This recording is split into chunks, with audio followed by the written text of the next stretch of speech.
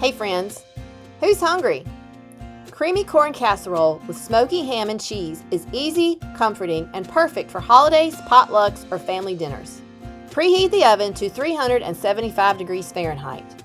In a large pot, heat 1 cup of diced country ham over medium heat, stirring occasionally until the ham is light pink, about 5 to 7 minutes. Add 6 tablespoons of butter and 4 cloves of minced garlic. Cook until the butter is melted, about 1 to 2 minutes. Add half a cup of flour and stir constantly for 1 minute. Whisk in 3 cups of milk, stirring constantly until the milk is thoroughly combined.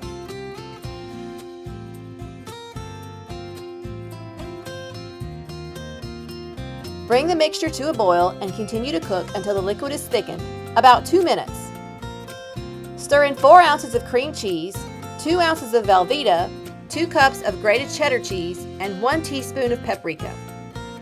Heat the ingredients, stirring frequently until the cheese is melted and the mixture is smooth. Remove the pan from the heat. Pour in 12 cups of fresh or frozen corn. Stir until the corn is evenly coated with the cheese mixture. Season with salt and pepper to taste. Pour the mixture into a greased 9 by 13 inch baking dish. Bake for 40 minutes or until the top is brown and the casserole is bubbling. Remove the pan from the oven and allow it to sit for 15 minutes before serving.